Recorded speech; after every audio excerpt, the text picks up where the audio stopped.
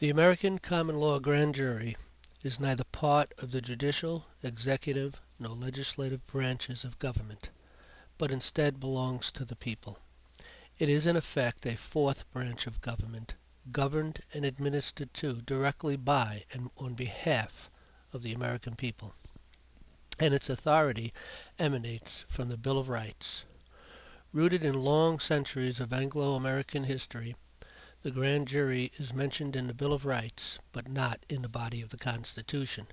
It has not been textually assigned, therefore, to any of the branches described in the first three articles. It is a constitutional fixture in its own right.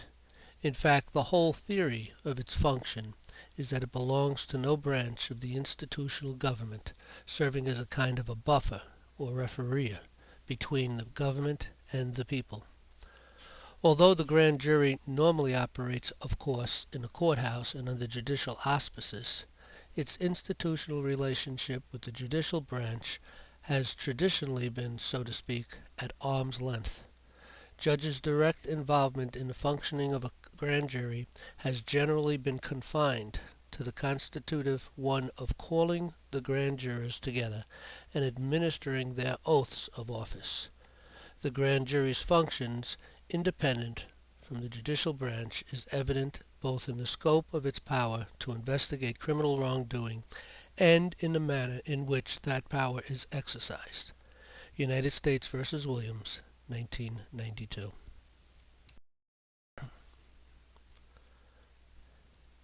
A presentment of the grand jury is returned into court, and upon it the defendant is arraigned and tried. It has the same force and effect as a bill of indictment. The only formal difference between the two is that a prosecutor prefers a bill of indictment, and a special presentment has no prosecutor and originates with the grand jury.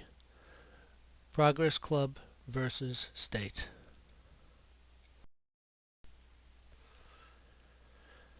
Originating in all 50 United States and filed by 50 unified common law grand juries in U.S. District Court for the Southern District of New York in response to the government-controlled statutory puppet grand jury that failed to indict in the murder of Eric Garner by Code Enforcement Officer Pantaleo.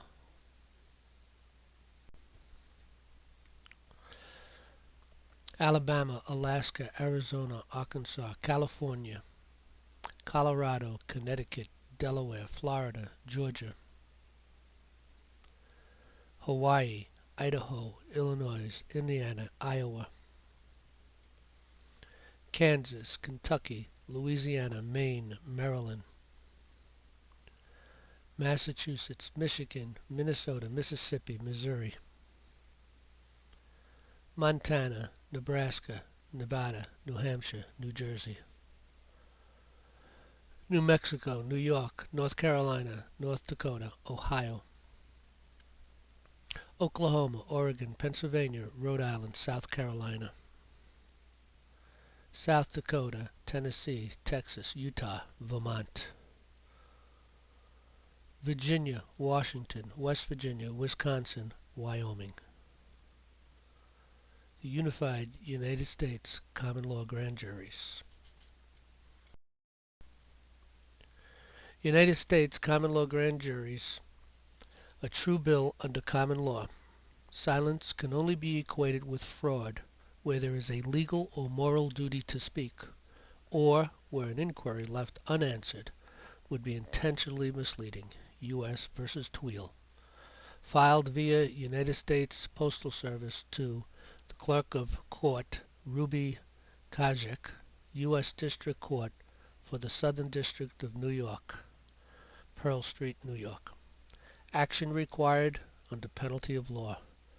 This is an official proceeding. Clerk is to file, and it is a felony to conceal or remove this document under law.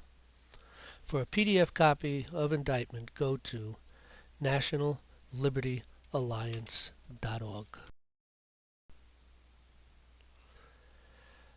Presentment under common law, a true bill by the people. Comes now we the people of the common law grand jury to present this true bill against Code Enforcement Officer Pantaleo for criminal homicide. This presentment is being filed in the federal court as per Article 3, Section 2.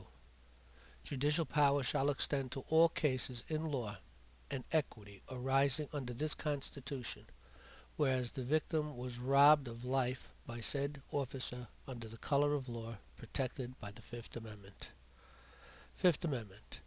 No person shall be held to answer for capital or otherwise infamous crime unless on a presentment or indictment of a grand jury, except in cases arising in the land of naval or forces or in the militia, when in actual service in time of war or public danger, nor shall any person be subject for the same offense to be twice put in jeopardy of life or limb, nor shall be compelled in any criminal case to be witness against himself, nor deprived of life, liberty, or property, without due process of law, nor shall private property be taken for public use without just compensation.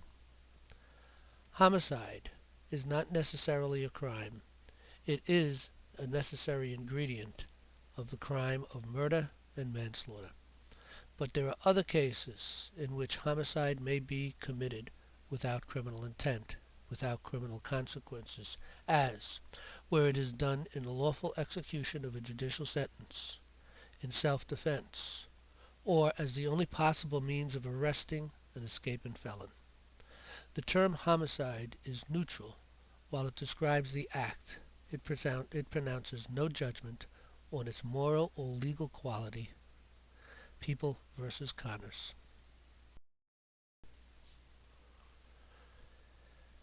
Code Enforcement Officer Pantaleo used a chokehold, a move banned by the police department, to bring Eric Garner down. The medical examiner's office determined that the chokehold, as well as compression to the chest, caused Mr. Garner's death and ruled it a homicide. Officer Pantaleo did not act in self-defense, and Eric Garner was not escaping prerequisites of non-criminal intent.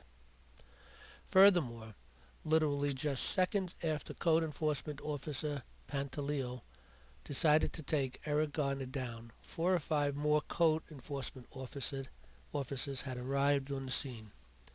In a few more seconds, there were at least 9 Code Enforcement officers at the scene. There appeared no reason at that point for Code Enforcement Officer Pantaleo to take down Eric Garner with a chokehold. Clearly, by the arrival of the other Code Enforcement officers, other possible means of arrest became available.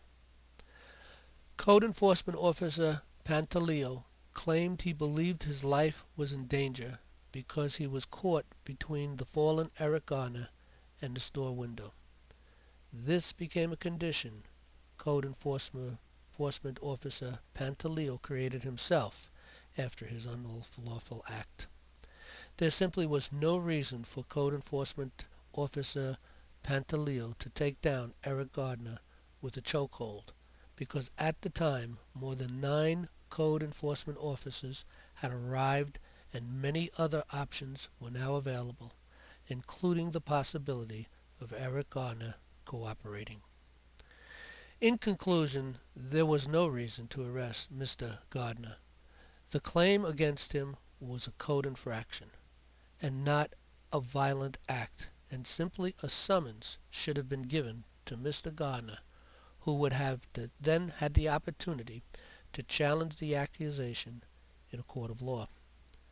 Therefore, it is clear to this unimpeded common law grand jury that there is enough evidence to bring a presentment against Code Enforcement Officer Pantaleo for criminal homicide, whereas a trial jury, after hearing all the evidence, will decide his guilt or innocence, and to what degree. This case continues under further investigation by the Unified New York Common Law Grand Jury, and we expect cooperation from all involved. Silence can only be equated with guilt when there is a duty to speak. All officers, elected and appointed officials, may not plead the Fifth, because they have been entrusted with certain authorities, and when questioned concerning those authorities, they have a duty to answer. Therefore, if they appear complicit with the homicide and remain silent, the grand jury will consider a presentment to be decided by a trial jury.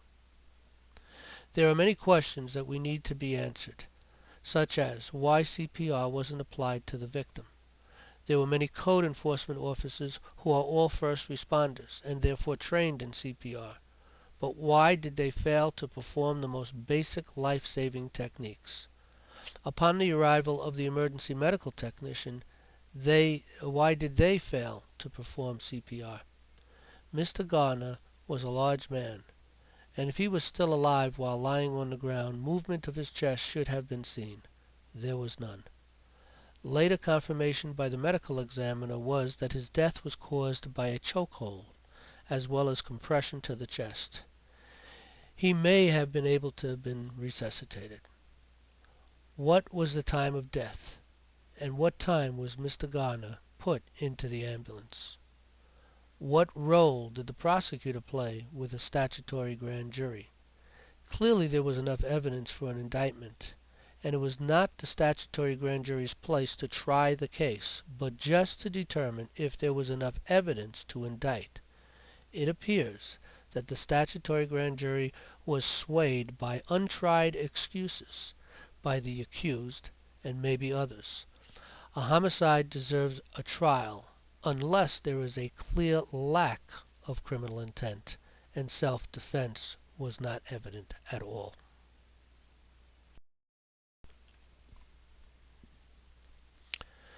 Any government that is its own judge of and determines authoritatively for the people what are its own powers over the people is an absolute government, of course.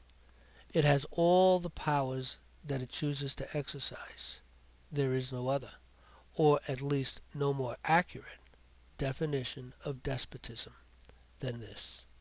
Lysander Spooner, trial by jury. This, unfortunately, is the present condition in every American courthouse. On the other hand, any people that judge of and determine authoritatively for the government what are their own liberties against the government, of course, retains all the liberties they wish to enjoy. And this is freedom. At least it is freedom to them, because although it may be theoretically imperfect, it nevertheless corresponds to their highest notions of freedom. Lysander Spooner, trial by jury. This is the purpose of the common law grand jury that has taken America by storm. And it is because of this very despotism run rampant in both the state and federal courts, we the people have formed administrations for the common law grand jury in all 50 states, resolved to reinstate the Constitution for the United States of America and its all too long abused capstone Bill of Rights, by reconstituting the same in all 3,134 American counties. Said corruption is defined in a writ quo warranto, filed in every federal district court in America and served upon every federal district judge on November 10, 2014, in deafening silence. Whereas a copy can be found at nationallibertyalliance.org, breaking news. Therefore, in a show of unity and with a relentless determination to restore justice in America again, we the people of all 50 United States of America reiterate this presentment in the U.S. District Court for the Southern District of New York against Code Enforcement Officer Pantaleo for criminal homicide. Unified United States Common Law Grand Jury.